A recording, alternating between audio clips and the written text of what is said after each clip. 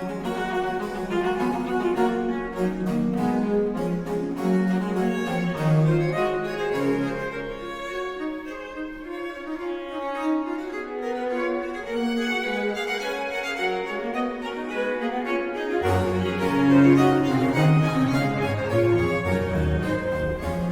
tarde, pessoal.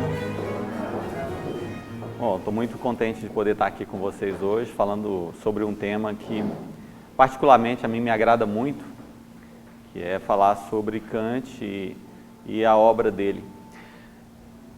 A palestra de hoje está centrada num livrinho que é relativamente muito pequeno, que é esse, A Fundamentação da Metafísica dos Costumes, que nós poderíamos dizer é como um pequeno resumo da obra de Kant, que é bem mais ampla do que apenas este livro.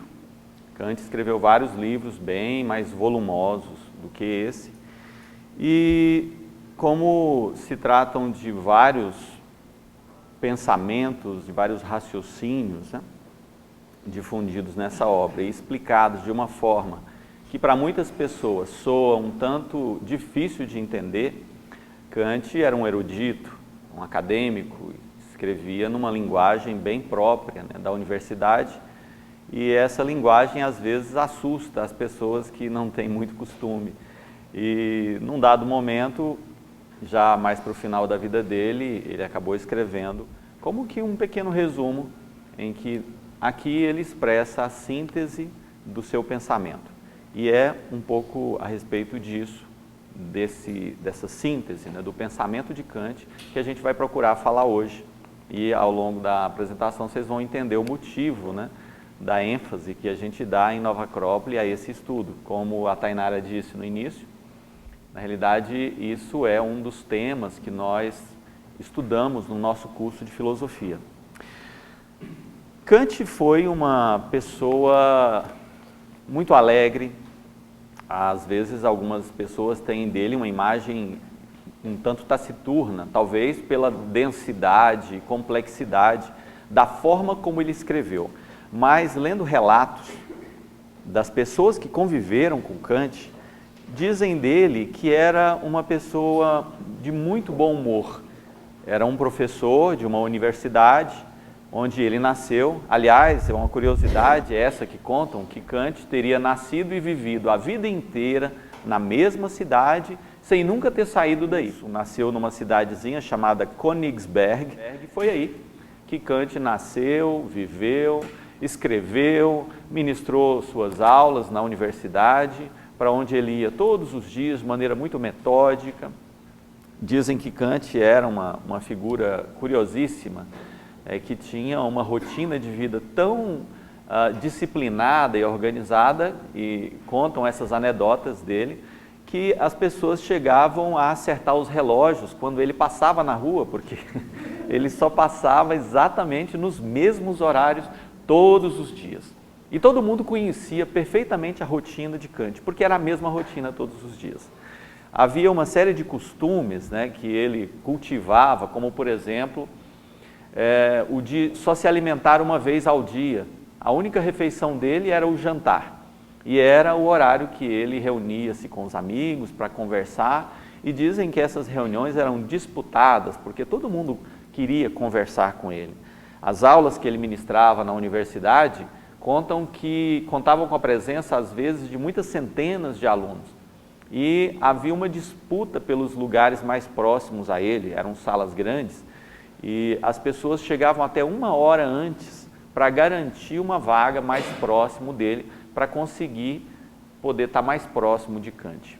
Então ele conquistou ao longo da sua vida uma simpatia muito grande dos seus alunos, dos seus discípulos na universidade e de muitas outras pessoas que puderam conviver com ele.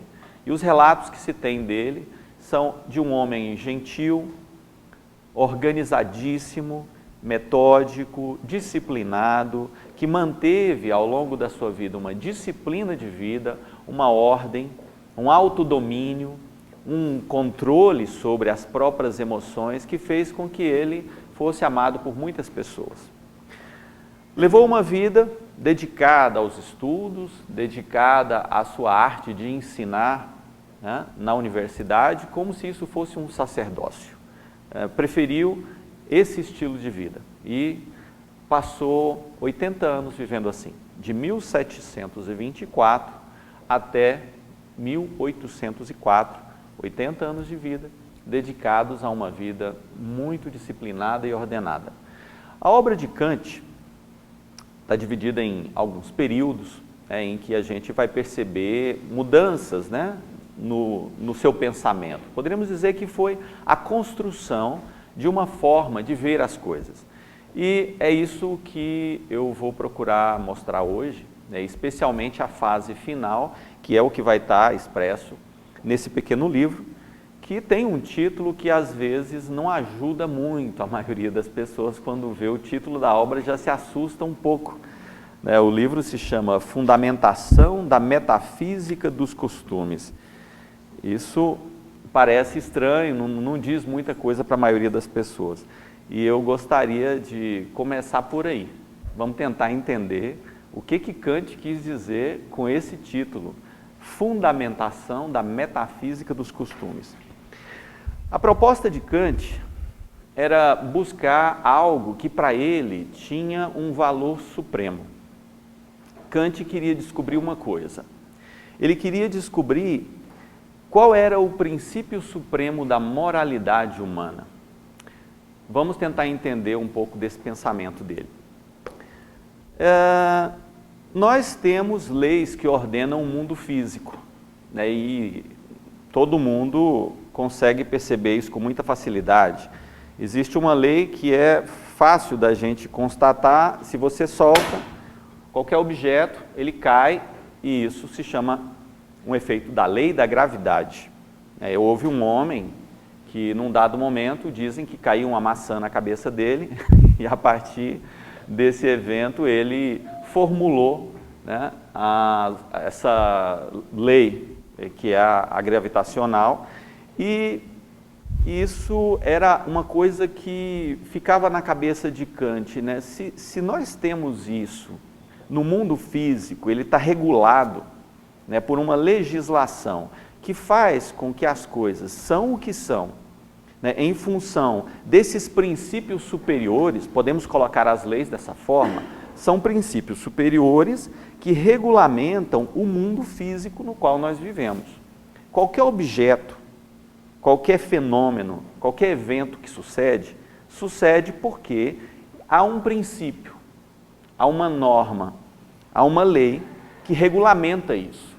Um raio de sol que entra pela janela, um vento que sopra, né? Os fenômenos fisiológicos que acontecem dentro do nosso corpo, todas as coisas estão regulamentadas por normas, por leis. O que regulamenta o costume, o comportamento, a moralidade humana? Seria simplesmente uma norma social? Seria algo que as pessoas, num dado momento, se sentaram e chegaram à conclusão de que era melhor assim ou de outra forma?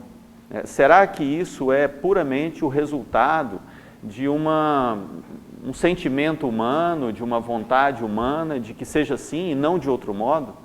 Eu não sei se vocês me entendem, mas o que ele queria saber é se, da mesma forma que o mundo físico está regulamentado por leis físicas, se não haveria um equivalente e a gente pudesse desvendar isso. Um mundo regulamentado também, nesse caso a nível humano, ou de seres racionais, regulamentado por leis morais. Então, explicado isso, vamos tentar entender o significado do título, Fundamentação da Metafísica dos Costumes. A palavra costume, nesse caso, tem um significado simples. Moral e ética são duas palavras que nascem do grego e do latim. Ethos e mores, ethos do grego, acaba gerando a palavra ética, e mores do latim vai acabar gerando a palavra moral. Lá na origem, nessas duas civilizações, ou seja, a grega e a romana, tinham um único significado: costumes. Então, quando Kant usa aqui a palavra costumes, ele está se referindo à ética ou a moralidade, porque na origem o significado é o mesmo, costumes. O que é que fundamenta a moralidade humana? O que é que fundamentam os costumes humanos? E ele já parte de um princípio que existe uma fundamentação não física. Vejam, as leis que fazem com que isso aconteça, por mais que o fenômeno em si seja perceptível, ou seja, os objetos são atraídos pela força da gravidade que os corpos exercem uns sobre os outros, apesar de que esse fenômeno seja facilmente observável, a lei que regulamenta esse processo não é visível para os nossos olhos, correto? E necessitou-se milênios para que num dia um homem, ao observar isso, não pensasse simplesmente como a maioria de nós pensa, que existe esse fenômeno, mas que ele quisesse entender o que é que está por detrás desse fenômeno. E o que ele descobriu é que há uma lei que regulamenta esse fenômeno, a lei da gravidade. Ok, e essa lei não é visível para os olhos. Ela é transcendente, num certo sentido. Ela é metafísica. Fundamentação da metafísica dos costumes. Qual é a fundamentação dessa metafísica dos costumes? A legislação que rege a moralidade humana. E o que ele se propõe na obra dele é desvendar qual é, e a gente poderia mudar um pouco o título, e o título poderia ser assim: qual é a fundamentação da metafísica dos costumes? Entendido? E a partir do título, lendo dessa forma, nós já vamos entender que o que Kant vai buscar na obra dele é nos mostrar que a moralidade humana está regida não por um mero acordo que as pessoas tenham, num dado momento, estabelecido entre si. Então, a ética, a moralidade, as leis que regem o comportamento humano, por mais que às vezes isso ocorra, e de fato os legisladores sentam-se e vão estabelecer normas, vão estabelecer leis, regras que vão reger a sociedade. Mas por mais que isso ocorra, de fato haveria uma base não visível, não observável assim de maneira tão simples, que se encontra numa dimensão superior, ou seja, metafísica, assim como se encontram as leis que vão reger todo o mundo físico. Esse pensamento de Kant, por mais que para muitas pessoas possa parecer desinteressante, para um filósofo é sumamente interessante. E vamos tentar mostrar o porquê disso. Qual é a importância de se compreender as coisas dessa forma? No livro dele, esse aqui, ele começa com um raciocínio bastante simples. Ele vai fazer uma afirmação e vai dizer o seguinte: nada pode ser tido como essencialmente bom, exceto a boa vontade. E quando ele diz isso, ele vai utilizar-se de uma série de exemplos para tentar ilustrar essa ideia. Deixa eu ler textualmente. Ele diz assim: nem neste mundo, nem fora dele, nada é possível pensar que possa ser considerado como bom, sem limitação, a não ser uma só coisa, a boa vontade. E aí, a partir dos exemplos que ele cita, vamos entender o que ele quer dizer com isso. Quando uma pessoa faz uso de um objeto qualquer, né? Vamos supor uma faca. Né? Eu tenho uma faca e eu posso usar ela na cozinha para cortar os alimentos e depois cozinhá-los. Essa faca, ela é boa ou ela é má? Vejam que esse tipo de consideração você não pode fazer a respeito do objeto da faca, porque a gente bem sabe que boa ou má é a vontade de quem faz uso dela. Aí entendemos o pensamento dele. qualquer coisa, diz Kant, tem o mesmo valor. Todas as coisas. Se você tem uma pessoa que é muito inteligente, que tem uma astúcia muito grande, e essa pessoa é uma pessoa má, e ela faz uso dessa astúcia, todo mundo aqui deve gostar, como eu, de assistir esses filmes hollywoodianos, né, em que tem um bandido e um mocinho, e às vezes o bandido é um cara extremamente inteligente, tipo Missão Impossível, já viram? E aí tem aquele cara que é brilhante, que consegue armar uma situação que você pensa assim, não, essa agora está difícil do cara encontrar uma saída. E aí ele, mais genial ainda, encontra a saída. Bom, essa inteligência é boa ou é má? Depende. Depende de quem está fazendo uso dela. Kant vai dizer, nada pode ser tido como essencialmente bom, exceto a boa vontade. Todas as demais coisas, sejam objetos materiais, sejam emoções humanas, sejam essas virtudes, que são coisas intangíveis e imateriais, mas que vão resultar num efeito quando aplicadas, todas essas coisas vão ter um valor relativo. Depende do uso que a pessoa estiver fazendo daquilo. Se a pessoa que está fazendo o uso dessa ferramenta, e vamos indistintamente chamar todas essas coisas de ferramentas, certo? A faca é uma ferramenta, a inteligência é uma ferramenta. Se a pessoa que está fazendo o uso disso fizer um uso com uma boa vontade, ou seja, uma vontade orientada para o bem, com uma intenção justa, então isso terá um valor positivo e irá acrescentar a essa pessoa, porque vai gerar um bom resultado. Agora, se essa pessoa faz uso da mesma ferramenta, com uma intenção errada, então vai ser negativo. Então, o que vale no final das contas? Pergunta. A intenção, a boa vontade. É a intenção de quem usa a ferramenta que, de fato, vai dizer tudo. Se o uso é bom ou não. E aí Kant faz uma perguntinha. O que no ser humano conduz à boa vontade?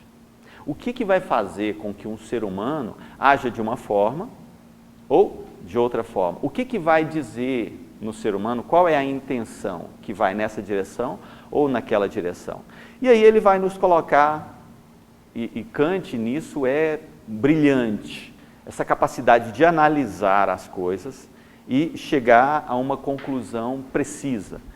Ele vai dizer o seguinte, quando nós agimos, quando nós fazemos, seja lá o que for, a nossa ação sempre vai ter uma motivação que ela está oculta, ela não é visível, né? Nós fazemos o que fazemos por uma motivação que está dentro de nós, está na nossa cabeça, está no nosso coração. Por exemplo, se eu vou comer, existiu uma motivação que me levou a comer, certo? A fome, né? A fome é invisível, mas ela gerou em nós uma motivação de ir e comer. E, da mesma forma, qualquer outra coisa que eu decida fazer na vida, vou mudar de cidade, vou arranjar um emprego em tal hora, vou fazer um curso, o que for, né? Vou namorar com uma pessoa, não importa, o que seja. Essa motivação que me levou a realizar isso, Kant vai dizer que nós poderíamos analisar todas elas e chegar a que existem elas de dois tipos apenas. Existe um infinito, eu poderia falar, de motivações dos mais variados tipos dentro de nós, que nos levam ao nosso comportamento, à nossa ação, a fazer, seja lá o que for que a gente decida fazer. Mas ele vai dizer que existem elas de dois tipos. Existe um tipo de motivação que Kant vai dizer, está muito relacionada com nossos instintos, com as nossas necessidades, como uma reação ao meio, ou seja, aconteceram determinados eventos e como consequência disso eu decido agir de determinada forma. Então, há todo um conjunto de elementos que vão fazer com que em nós surja essa reação, certo? Uma reação que está baseada nas nossas necessidades, nos nossos instintos, impulsos, paixões, desejos ou simplesmente reações a eventos externos. Ok, mas não são todas as reações ou as ações que são desse tipo. Existe um outro tipo de ações humanas que não estão regulados por esse tipo de coisa. O ser humano não faz o que faz sempre só por causa de um interesse pessoal. Não faz o que faz sempre só porque é um desejo pessoal dele, porque isso é agradável, porque é prazeroso, porque é interessante. Não só por essas coisas. Não só como uma reação ao que aconteceu fora, ao que alguém, outra pessoa fez. Às vezes, as pessoas, nós fazemos coisas por causa de valores, por causa de outros elementos que estão dentro de nós. Então, dois tipos. E aí Kant vai dizer que essas coisas, esses sentimentos que nos levam, esses impulsos, né, ele vai dizer que são como mandatos, são como imperativos, como na conjugação verbal. Né? Quando você conjuga o verbo no imperativo, ele se torna uma ordem, não é isso? Então, dentro de nós, o impulso, ele na prática soa como uma ordem que nos conduz a, que nos leva, que nos obriga. Se eu estou com fome, eu sinto isso como um mandato do meu corpo, dizendo, coma. E eu vou e como. E variados outros tipos de impulsos que nós vamos ter, que vão nos levar a determinados comportamentos, vão ter uma natureza assemelhada. São mandatos que nos obrigam à ação, a realizar as coisas de uma determinada forma.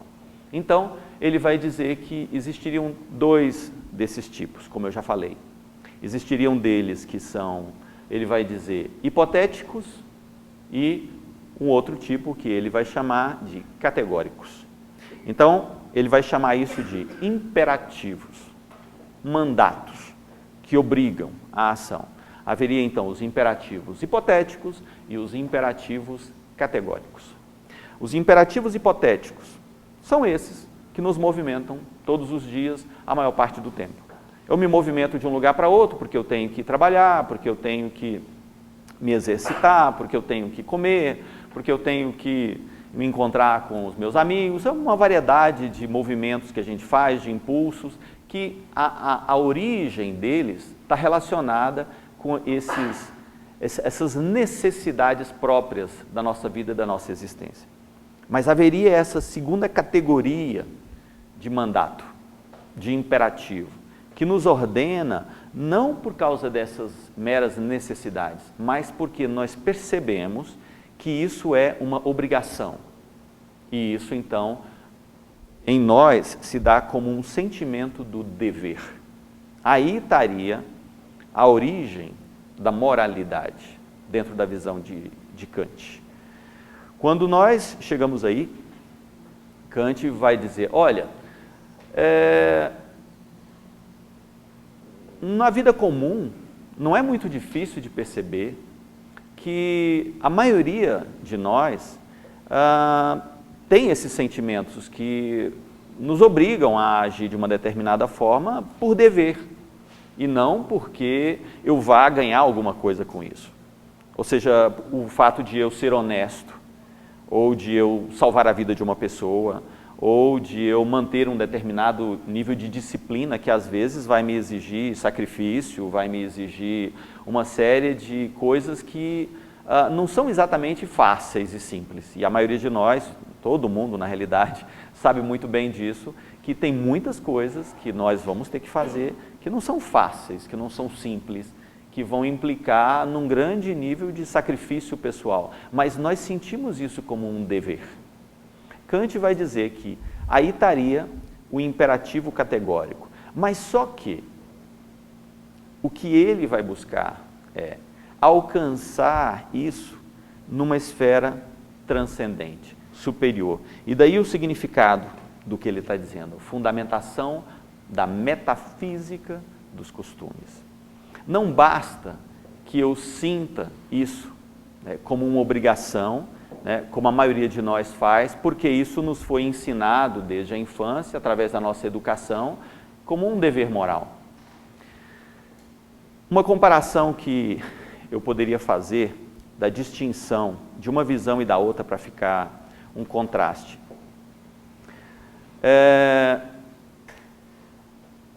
Nós temos um conhecimento tecnológico, um conhecimento que nos permitiu construir todas essas coisas que hoje são muito benéficas para a nossa sociedade.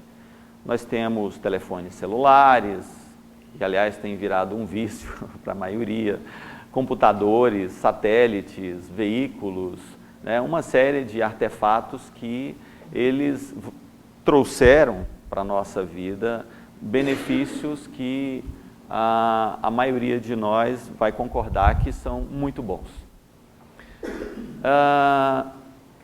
Só que para alcançar isso, não bastou que alguém tivesse essa percepção de que existe uma lei que atua e que faz com que as coisas caiam ou com que os fenômenos aconteçam. Foi necessário que alguém pesquisasse, investigasse, até o ponto de conhecer de maneira precisa e exata o que estava por detrás.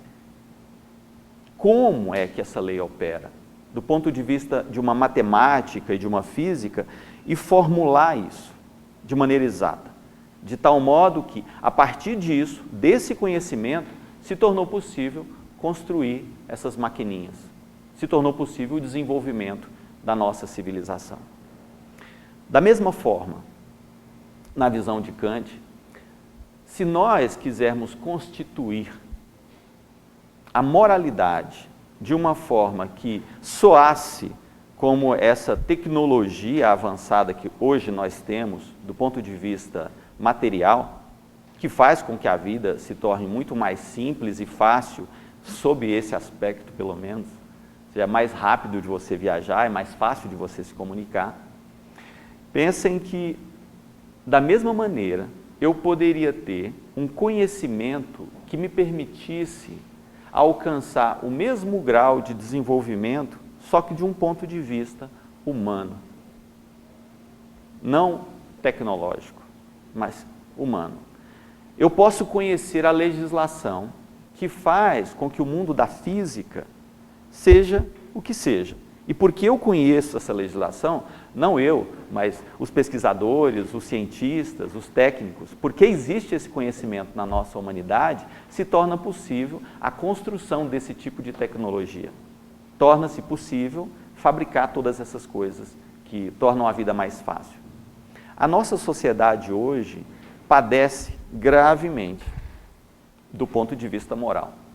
Vocês moram numa cidade onde coisas muito ruins acontecem. Não só aqui, mas no restante do país, né? Eu falo disso por ser a capital do país. E não é difícil da gente perceber a falta que faz esse sentimento mais profundo do moral. O que Kant busca na obra dele é mostrar para nós que a moralidade não é meramente um acordo entre partes. Não é algo que nos foi ensinado pelos nossos pais simplesmente porque desse jeito fica mais fácil de viver. O que Kant tenta mostrar para nós é que a moralidade, que a ética, que os valores humanos têm uma fundamentação transcendente, metafísica, assim como tudo mais que rege a nossa vida. O nosso corpo funciona porque existe toda uma quantidade de leis operando dentro dele. O fluxo do sangue, a queima, o metabolismo, todas essas coisas acontecem porque existe uma legislação funcionando aí. A mesma coisa se aplicaria numa esfera moral, ou seja, do comportamento humano. Não se trata apenas de um acordo que as pessoas tenham feito e por isso chegar à conclusão de que era melhor assim do que assado. Não é porque as pessoas se sentaram e falaram, olha, às vezes isso é colocado como explicação para a origem das leis, para a origem das regras, né, que estão instituídas no Estado. As pessoas se sentaram e disseram uma para a outra, olha, eu vou fazer dessa forma e você também, porque aí eu ganho e você ganha. Não é mais ou menos essa a ideia, o pensamento de o porquê que as leis estão estabelecidas? Porque se cada um fizesse o que quisesse, todo mundo sairia prejudicado. E como isso não seria benéfico para ninguém, então a gente estabelece um contrato. Eu faço dessa forma e você faz dessa forma e assim todo mundo sai ganhando. Mas dentro dessa visão, não é essa a ideia. Não é essa a ideia de que se trata apenas de uma convenção humana. Se trata de uma legislação natural. E é isso que Kant vai tentar mostrar para a gente. Que o comportamento humano está fundamentado numa lei que rege esse comportamento. Não é muito difícil da gente chegar à conclusão de que se todo o universo, se todo o mundo físico está regido por regras, por leis matemáticas e físicas, não é muito difícil de imaginar que também esse nosso mundo interno deveria estar regido pelos mesmos valores. E é isso que Kant vai tentar mostrar.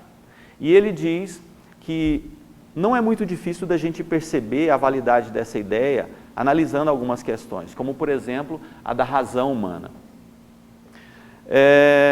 Se a finalidade da existência humana fosse meramente a felicidade, a alegria, o contentamento próprio, os prazeres e todas essas coisas, não faria sentido a inteligência humana, não faria sentido a razão. Por quê? Porque para isso bastariam os instintos. Nós estamos num processo evolutivo, não faria sentido que a natureza tivesse dado esse passo e desenvolvido essa capacidade no ser humano se ela estivesse apenas a serviço de atender os instintos humanos. Não faz sentido isso. Tem que haver um outro motivo. E Kant vai dizer que tem que existir uma razão transcendente para a existência humana. E ele fala que a razão seria o bastante, força o bastante para fazer com que a gente conseguisse perceber isso. A razão humana seria capaz de nos levar à percepção de que nós estamos regidos por uma lei que deve nos coordenar, que deve nos conduzir. E ele vai dizer que isso é o imperativo categórico, essa legislação. Ela se expressa como um imperativo categórico. Né? E uma vontade humana que alcance essa percepção e essa capacidade, ela regeria a si mesma. Um ser humano que alcançasse essa visão de perceber que nós estamos regidos por esses valores, aí essa pessoa seria dona de si, teria autonomia da vontade, como ele costuma dizer na obra dele. E a autonomia da vontade seria a chave para a liberdade humana.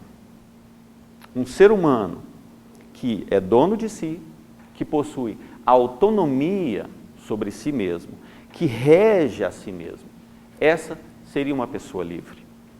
Na obra dele, a liberdade, então, está de braços dados com uma obediência estrita à lei. Dentro de nós, é um raciocínio simples, né? Dentro de nós existem muitas coisas operando, muitos elementos. Nós temos, como eu falei no início da palestra, muitos impulsos, muitos interesses que nos levam a uma variedade de coisas. Só que o que nós vamos perceber é que muitos desses impulsos, se em um dado momento eles me interessam e atendem o meu interesse e fazem com que eu me agrade deles, em outro momento vão fazer com que eu me sinta desagradado e arrependido até. Eu tenho certeza que isso é coisa comum na vida de todas as pessoas e não apenas na minha, que de vez em quando a gente faz coisas e depois se arrepende de ter feito. Se esse que agora se arrepende do que fez, se arrepende, é porque então aquele lá atrás que havia tomado a decisão, é como se não fosse o mesmo, ou não parece isso para vocês? Olha, se eu agora penso que o que eu fiz lá atrás não é correto, então aquele lá atrás que havia tomado aquela decisão, é como se não fosse eu.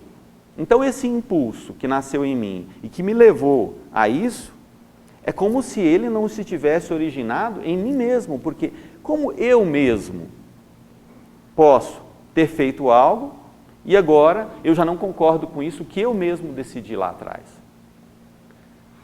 Isso que muda de uma hora para outra, que num dado momento é uma coisa e no outro momento é outra, é o que Kant vai chamar de imperativo hipotético, que regulamenta a nossa vida pela necessidade causada pelos momentos, pelo cotidiano, pela fome, por todas essas coisas, por todos os impulsos que nos regulamentam a vida.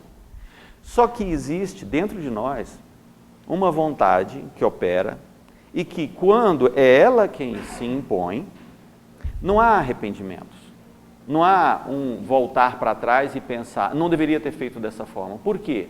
Porque ela está regulada por uma lei que não é algo que muda de uma hora para outra. Isso que eu tentei mostrar não muda de uma hora para outra, é sempre a mesma coisa. Existe uma velocidade, né, e isso se mantém, uma aceleração, né? Existe uma aceleração na lei da gravidade e você não vai ter uma hora uma, outra hora outra, a não ser que mude o tamanho do corpo, mas aí também a lei já prevê isso.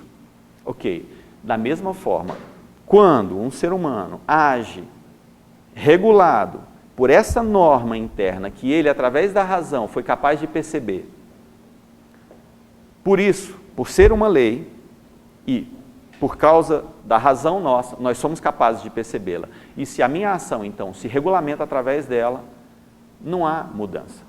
E se ajo assim, num momento, em outro momento, vai ser igual. Não há como eu mudar de opinião. Por quê? Porque quem agiu aí foi a razão, a inteligência, que é o que deveria, na visão de Kant, regulamentar a nossa vida. Da mesma forma que a gente se regulamenta pelas leis da física, ninguém sai por aí pulando de prédios, porque eu sei que existe uma lei da gravidade e eu tenho que obedecê-la. Ninguém sai por aí colocando a mão no fogo, porque eu sei que o fogo queima. Então, nós obedecemos a essas leis, porque temos uma visão estrita do efeito, do significado delas. Da mesma forma, uma vez conhecedores desse tipo de regulamentação, ou seja, desses mandatos da razão, dos imperativos categóricos, não haveria como eu não saber o que eu tenho que fazer ou como eu devo fazer. E, portanto, não haveria uma mudança de posição. Nós podemos continuar sendo influenciados por todos os elementos que nos cercam. Nós podemos continuar sendo o tempo todo influenciados por um universo de tentações, né, como a gente costuma às vezes dizer, que vão tentar nos tirar dessa nossa intenção. Mas conhecedores disso, nós vamos saber exatamente o que é que temos que fazer. E isso, ao final, é o que temos que fazer. Impor isso como uma vontade dentro de nós. E a razão regulamentar essa vontade. Aí, Kant diz, está a liberdade. A verdadeira liberdade, na visão de Kant, é a vontade regulamentada por essa norma, que é aquilo que ela própria é capaz de encontrar. Kant estabelece uma fórmula, que ele diz ser uma chave, que pode nos permitir encontrar isso dentro de nós. Ele fala que essa chave seria: age como se a máxima de tua ação pudesse tornar-se em lei universal da natureza. Repetindo, age como se a máxima de tua ação pudesse vir a tornar-se em lei universal da natureza. O que ele quis dizer com isso? Que se eu, ao ter um impulso de agir e fazer seja lá o que for, se ao buscar fazer isso, eu olhasse para dentro de mim mesmo e pensasse, isso que eu tenho a intenção de fazer agora, isso que eu estou fazendo, isso poderia ser feito por qualquer outra pessoa? Isso é algo que seria válido para qualquer ser humano? Ou melhor, daria para você imaginar que a civilização humana, que a sociedade humana poderia ser constituída em cima desse comportamento? Entenderam?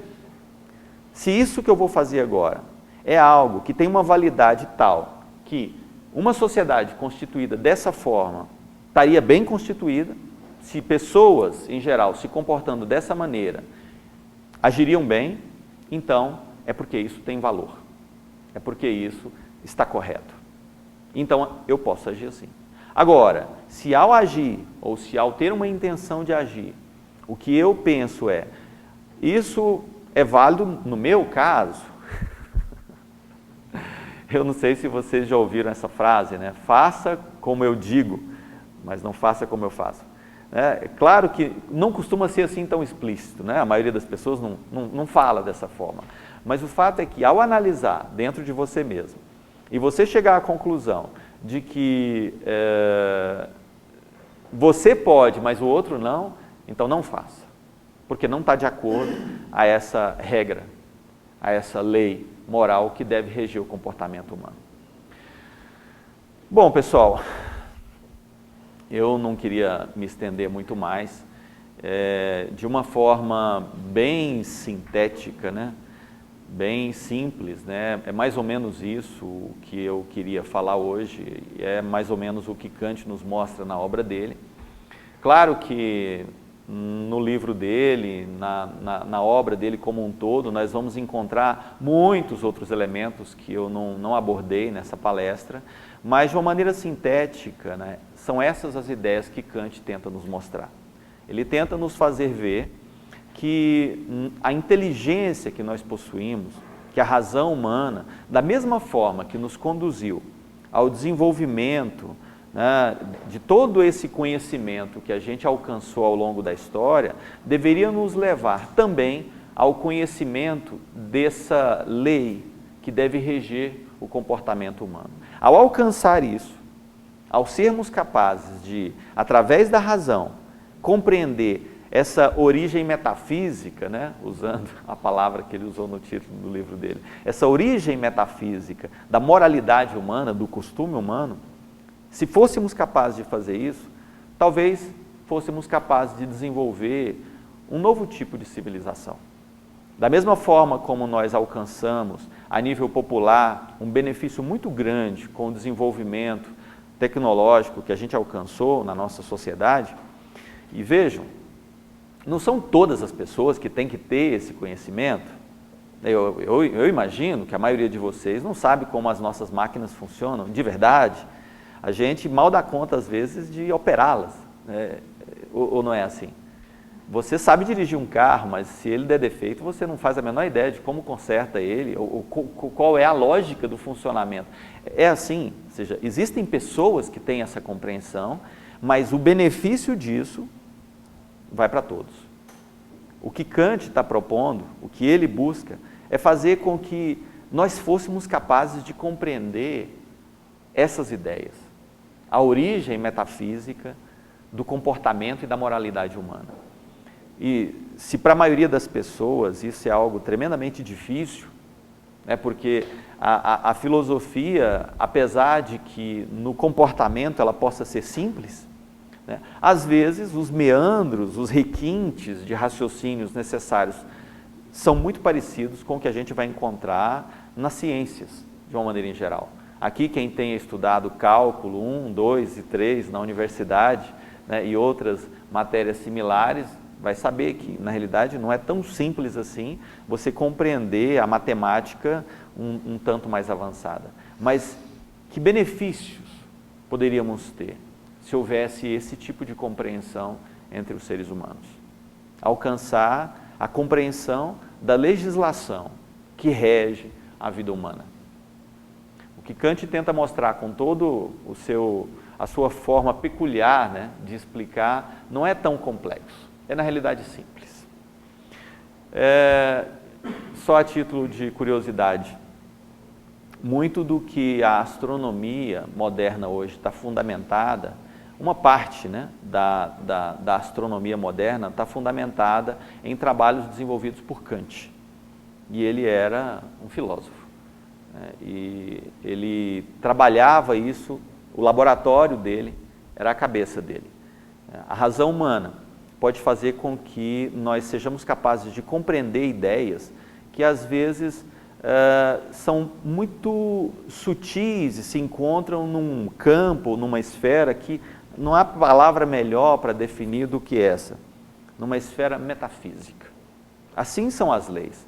É necessária a genialidade de uma pessoa que, ao observar o fenômeno, ele não se contente apenas de perceber que o fenômeno existe. Ele vai em busca da compreensão do que rege o fenômeno, de que faz com que o fenômeno aconteça. Qual é a matemática que está envolvida? E ao compreender essa matemática, vejam o resultado que isso gera na nossa sociedade. Se desenvolve toda uma grande quantidade de conhecimentos e tecnologias a partir de pequenas descobertas. Pequenas, né, porque às vezes é uma fórmula. Vejam essa fórmula que o Einstein desenvolveu. Uma fórmula, E igual a mc ao quadrado. E que revolução isso causou em toda a tecnologia humana. Agora, o que Kant está tentando nos fazer ver é que a mesma coisa aconteceria nessa esfera moral. Existem ideias que, às vezes nós vamos perceber isso, Kant vai chamar isso de uma moral prática. A gente vai perceber no comportamento humano e que a gente poderia dizer isso é uma questão de bom senso, agir assim e não de outra forma. Mas por detrás disso, Kant vai nos dizer, existe uma lei que rege, é um princípio, o princípio supremo da moralidade, usando exatamente as palavras que ele usa. E ele diz que o princípio supremo da moralidade se encontra na autonomia da vontade humana. Ou seja, quando a vontade humana regula-se a si mesmo, a partir da percepção da lei que deve reger o nosso comportamento. É isso.